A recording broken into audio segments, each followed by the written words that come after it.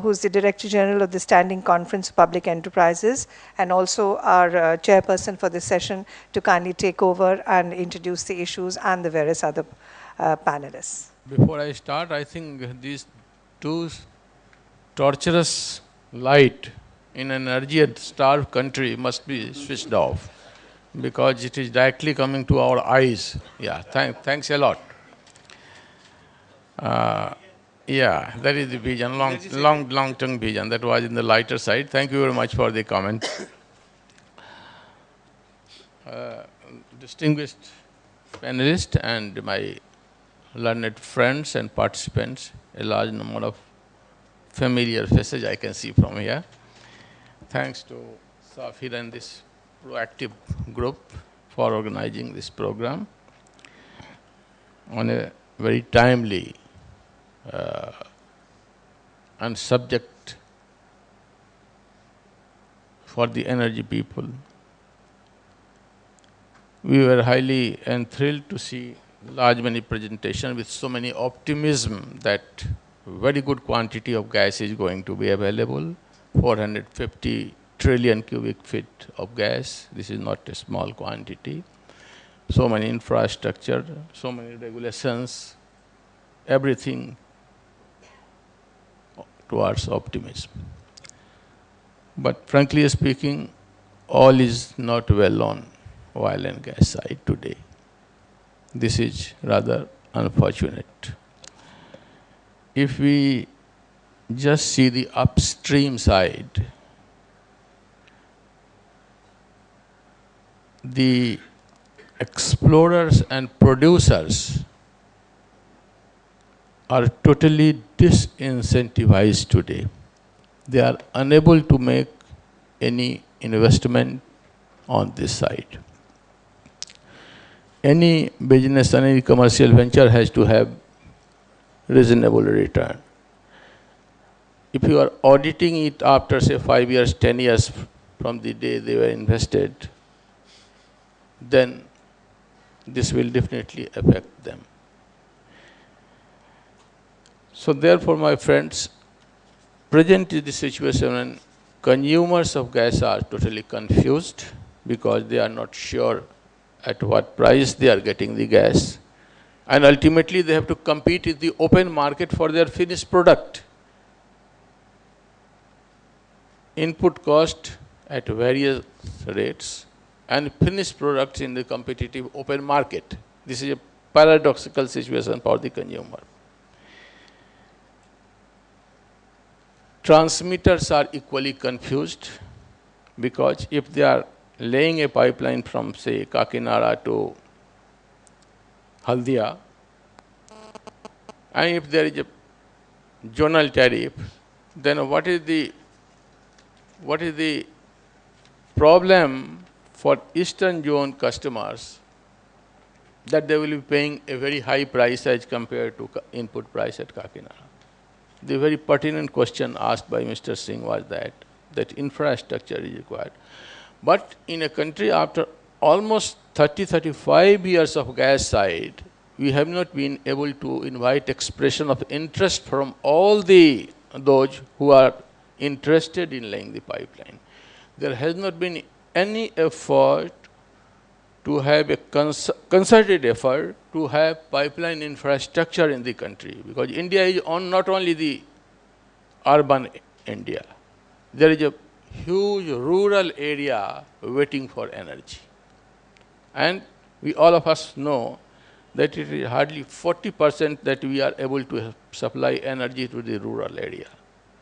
Pipeline infrastructure required to connect the rural India, there is no effort on that. Price, we talked on that. Probably India is the only country in the world to have 15 or 16 different pricing structure, totally heterogeneous, starting from $2.1 per million BTU to 2.25, 2.75, 3.2, 4.2, 4.75, 5.2, 10, 15, even $22, starting from domestic gas, which we call APM, to spot cargo. In APM gas itself, you will be surprised to know that there are 6 different prices, administered pricing mechanism. There is a price discovered by EGOM which is 4.2. LNG price nobody can change because it is totally based on buyer-seller relation. Spot cargo nobody can predict. We talked about the pool price. Probably till the time India gets a matured gas market, there is no other way. But pool price, does it require this type of pooling mechanism? Certainly not. Because the Indian producers, domestic producers are feeling that they are being cheated. Somebody talked about cross-subsidy. That was a very good pointing out. If domestic producers who are being asked to sell at 2.15 or 2.18, and you are having a pool price of 4.2 or 4.5, then how you are compensating them? Because at the same time you are subsidizing a high value LNG price. You are doing something to help a imported gas at the cost of your domestic gas. So this is a big question mark. Fortunately in this country, 40% of gas is APM gas, almost 40%. And if you sell it at 4.5 or $4.2, you are getting 11,000 crores of additional money from customers. And if you are selling balance, another 35% is KG gas, which is 4.2, it is zero neutral basis. But there is 20% which is coming high priced LNG. If you are selling it at a 4.2, you are getting 7, you have to make it by paying 7,000 rupees more, 7,000 crores rupees more. So you are still left with 4,000 crores of surplus money by pooling mechanism. This 4,000 must be given to the domestic customers to compensate their. So there must be a transparent way of pooling mechanism if you are going for pool. There has been different committees, but it needs to be discussed with all those who are concerned with energy sector. Unfortunately, in our country, we have different energy. Ministry is different, coal different, power different, gas different, all are different ministries. I don't want to touch because it will take a lot of time. There were many issues which came. Somebody talked about the incentive under NELP. Yes, the tax holidays for 7 years was required in this country because this will attract the foreign investors. The fact that very few foreign investors are coming in this country, one of the reasons which Vikas asked, that why they are not coming. You must incentivize them so that they can come and explore it. But in a stage where they are finding it out that even their expenses are being audited by agency, with all due regard to the institution of CAG, I am unable to conceive the idea. They have all the expertise, technical expertise to audit a deep drilling investment today. It would have been better if they had outsourced it to technically audit the investment on upstream sector. Whether our CAG, institution of CAG is equipped or not, they have very few people, untrained people. And in the annual report which they give it to Parliament, or why they did not do it at the time of 5 years before when the investment was being made? Why it is done today? And whether they are competent. So the institution of CAG should be rather strengthened so that they are technically having expert knowledge to audit the highly technical things. That would have been better.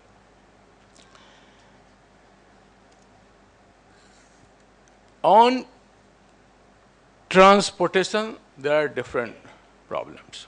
because there is a need in this country to have a concerted effort to understand that where is the infrastructure required and how the country can be connected throughout on a gas grid, and a proper tariff policy is required without going into the zonal tariff which our learned regulators have come instead of postalized tariff.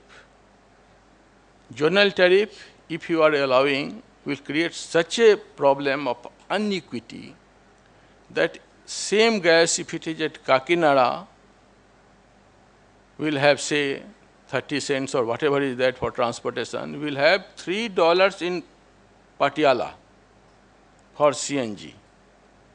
$3 additional transportation charge.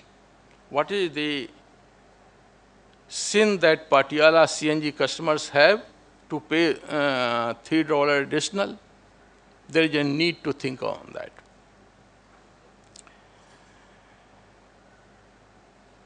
City gas, incidentally, prior to the formation of institution of regulatory board in 2007, October 2007, I think, there were a large number of cities which had come, and two institutions like MGL, the managing director sitting over here, IGL, managing director, they revolutionized the country that yes, city gas distribution can be made, CNG can be made, and they brought down the pollution to the extent you know in Delhi. After that, hardly few cities initially were put on bid. They started, but the concept of 230 cities which were there in public domain were hardly come up today. Regulatory board were not made only for bidding system. They were made for overall gas development in the country. They were once centralized institutions to bring all database of gas today. Unfortunately, the audience like yours must be hearing this much gas available. It varies with every presenter. The figures are dynamic, the figures vary. Nobody in this country is able to tell that exactly this much quantity of gas is being flown today, this much quantity will be available after 5 years or 10 years from now. There is total uncertainty. And investors, why they will come? If there is uncertainty, they are not sure of their return on investment, lenders are not sure that they will get the money back, they will never come. So in a stage of uncertainty, it is very difficult to go. But at the same time, lenders have to think on some innovative mechanism, risk return payment mechanism on it.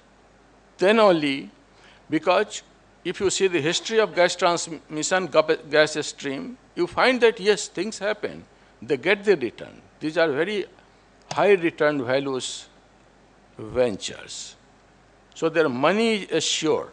So there should not be any apprehension that the money will not be returned with due interest and all that. Only mechanism has to be developed so that there is delayed repayment mechanism. There are large many things. So it is very difficult if I stop here. Only thing I will tell that you have to incentivize all this. If you, my learned friend Manishankar Iyer once told that if you throw the peanuts, only monkeys will jump.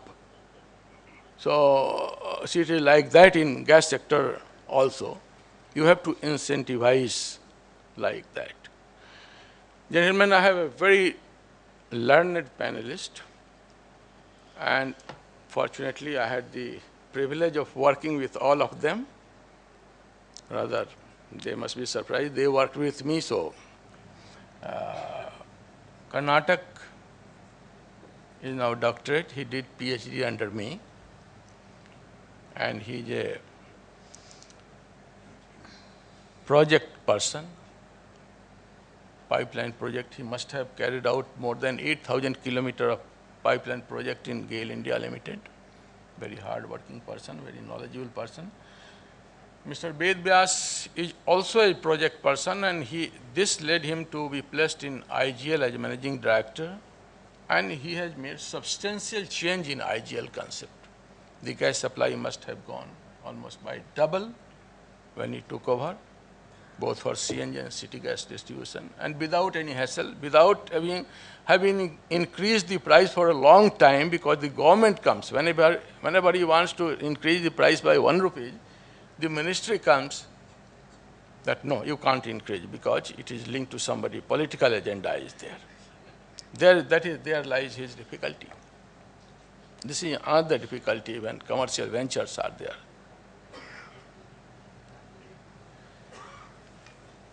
Mr. Chittora is also a project person and largely done towards IT and all that. He is managing director of Mumbai Gas, Mahanagar Gas, where we are sitting today. If you speak anything against him, now every supply will be stopped.